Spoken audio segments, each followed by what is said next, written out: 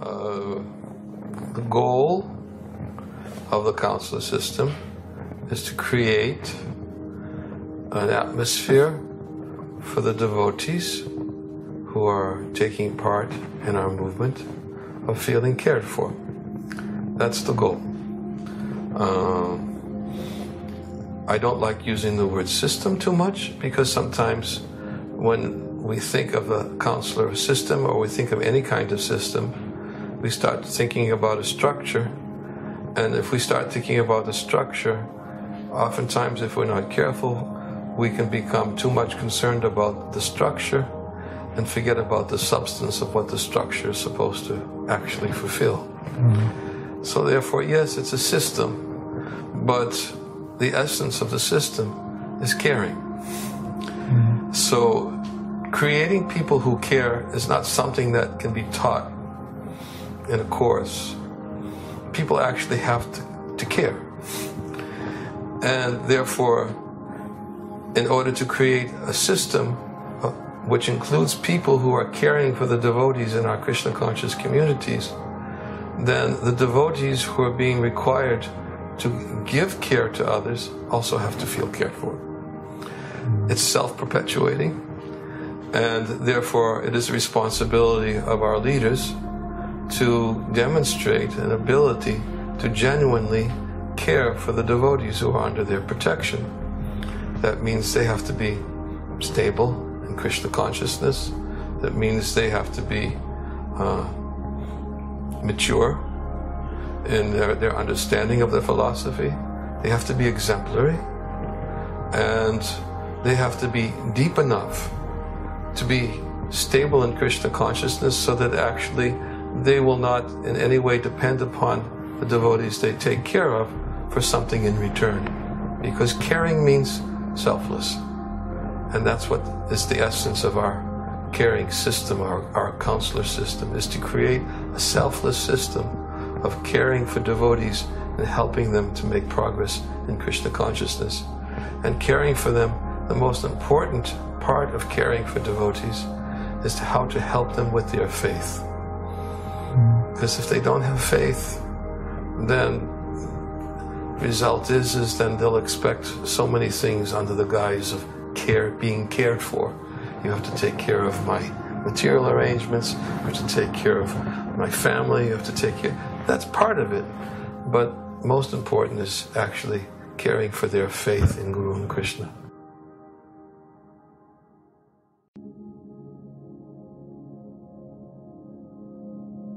Well, the way I understand the counseling system and how it's supposed to serve the ISKCON society and become important is when the temple leaders, managers of a society, are either not qualified enough or not capable of being able to distinguish between their managerial responsibilities towards the devotees under their care and their spiritual leadership responsibilities for the devotees under their care.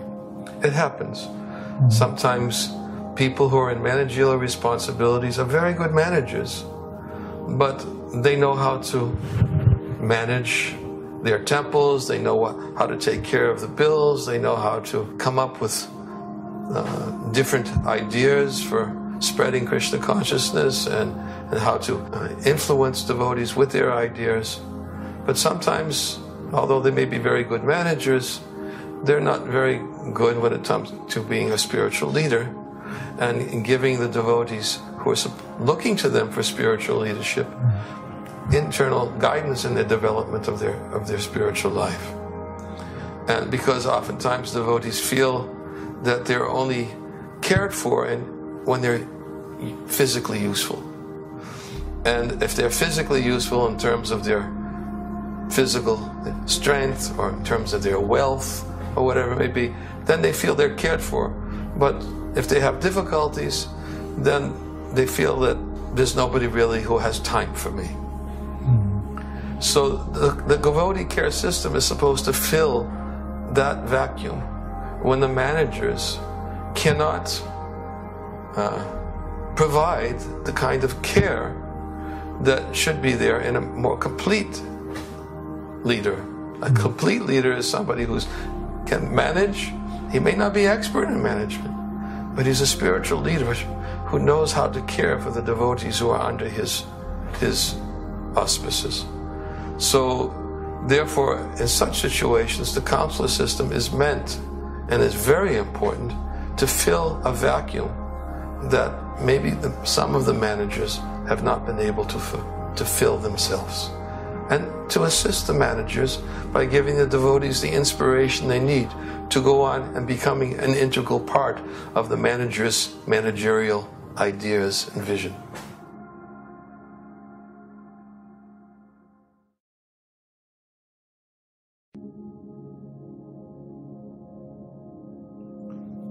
There may be a category of devotees who do not require a counselor, yes. But as far as I'm concerned, there is no category of a devotee who doesn't require a close friend.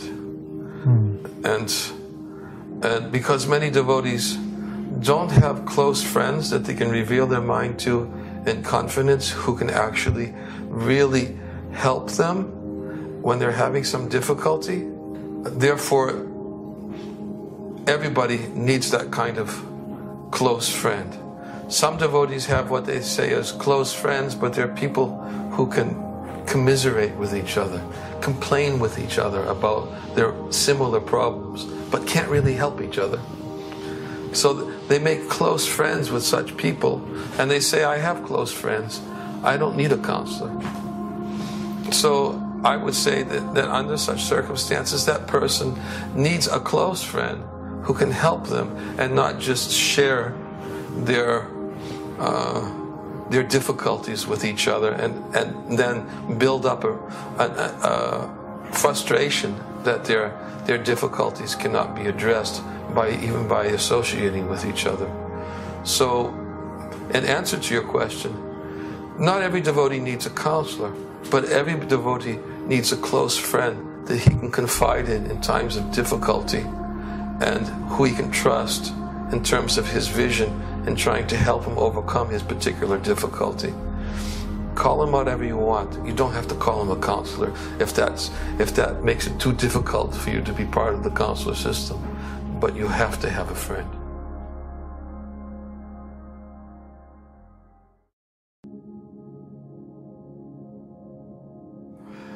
I'm laughing because I've many times been asked to speak on this topic in many places where I go. Somehow people think that I know a lot on this topic because I wrote a book called Taking Care of Krishna's Devotees.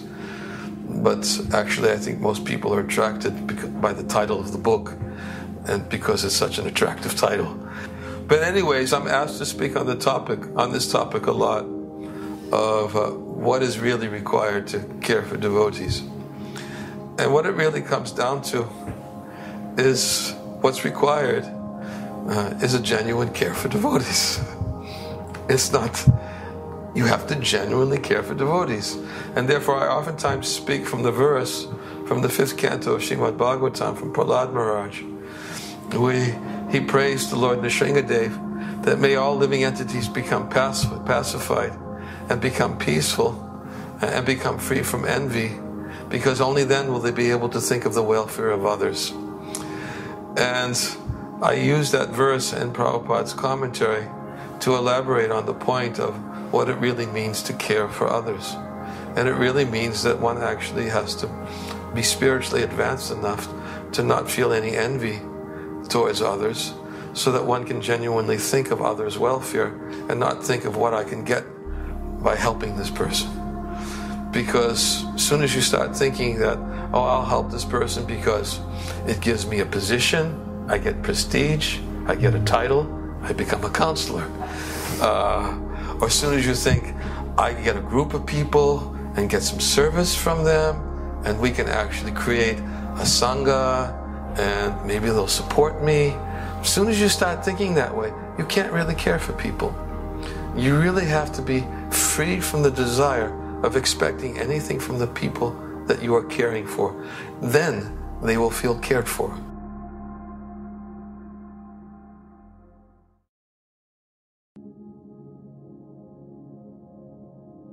it's not so important, actually, what the counselor teaches in terms of topics. There are certain topics like etiquette.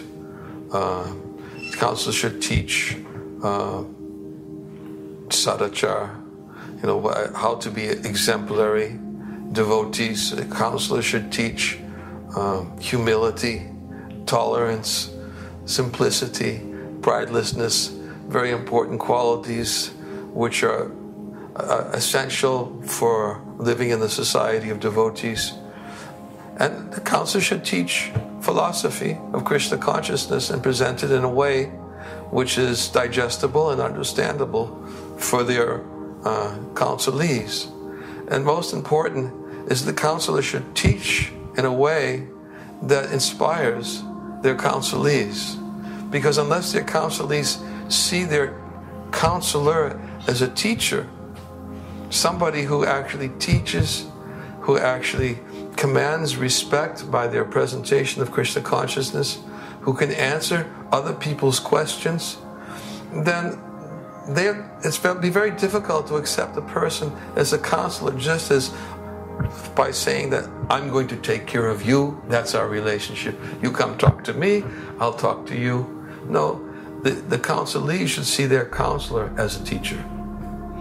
And therefore, the counselor has to be very expert in being able to teach to a group of devotees the philosophy and the behavior in terms of Vaishnava etiquette of a devotee, and to be exemplary, to teach by their example as well. And this is the best way to effectively expand a counselor system, because then you teach by example. You're not only teaching just philosophy, but you're actually teaching how to live in Krishna consciousness. And this is what people are looking for also. They need to see an example in their counselor, and not just that he knows the philosophy, or there's more to being a counselor than just knowing the philosophy.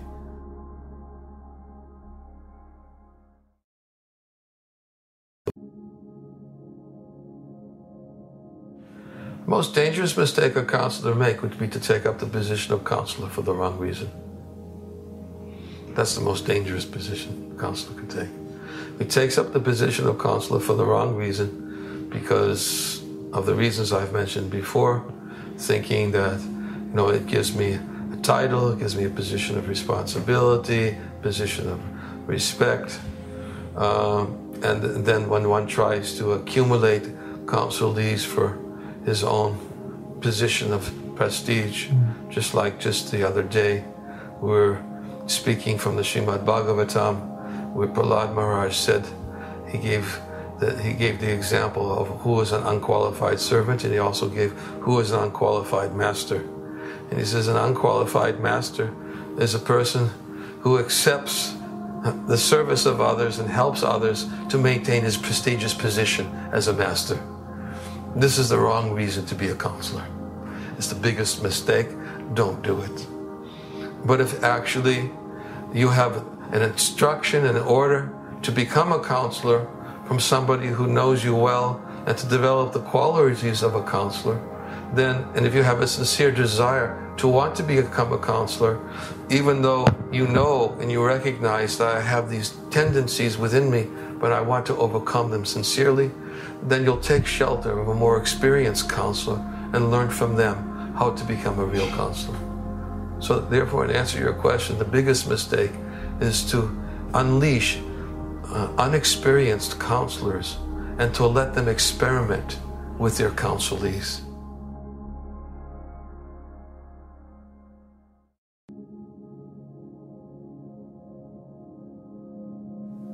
Yeah, counselors should actually be, as we said, mature, senior, stable in his ashram, and therefore able to inspire the devotees under his care or her care by their example.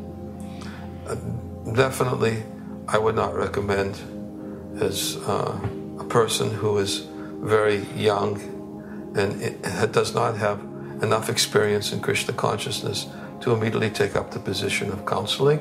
if they have the potential, then they should be part of a group of devotees who are being trained as counselors and should actually accept a counselor and be guided by them and trained by them before they become counselors. But I will say, to be a counselor, which is something I am more familiar with, much more familiar than Bhakti Vriksha, and to care for devotees, it really should be done by somebody who's senior and experienced and has been initiated for at least 5 years.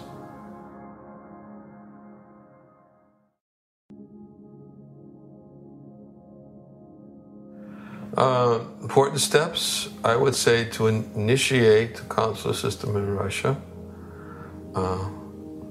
And I can speak from my own experience, the steps that I took to initiate the consular system, where it has effectively started in some places, and some places it's been very ineffective in my efforts to create a consular system. But the best way is to bring together like-minded people who realize the need for the consular system, and for them to discuss amongst themselves how to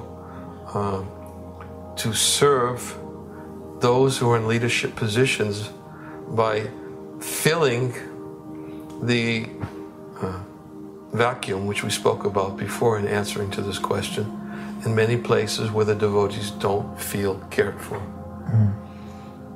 And I know that in Russia it exists because I have disciples who come to me from places that I've never been to and tell me, we have nobody to go to. And when I hear things like that, it convinces me that there is a need for a system of caring for devotees. The devotees should not feel they have nobody to go to when they have difficulties in their own spiritual life and difficulties with their authorities. GBCs sometimes appear too remote, too far, they're not around enough to approach. Regional secretaries can be too busy with many other affairs. The temple managers could be in a category of which we previously spoke, who's a good manager. And the result is we're always talking about increasing the number of people, outreach, so many important things to reach out, bridge preaching.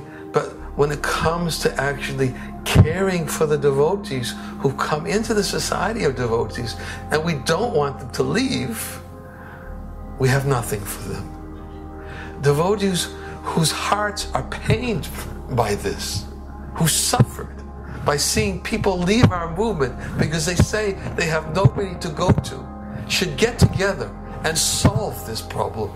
That is the first thing that must be done. Final words, I give my blessing to any devotee who actually feels pain to see people leave the shelter of Srila Prabhupada's lotus feet. And anybody who genuinely feels this pain, I pray that they will be successful in their efforts to not allow anybody else to leave Prabhupada's lotus feet.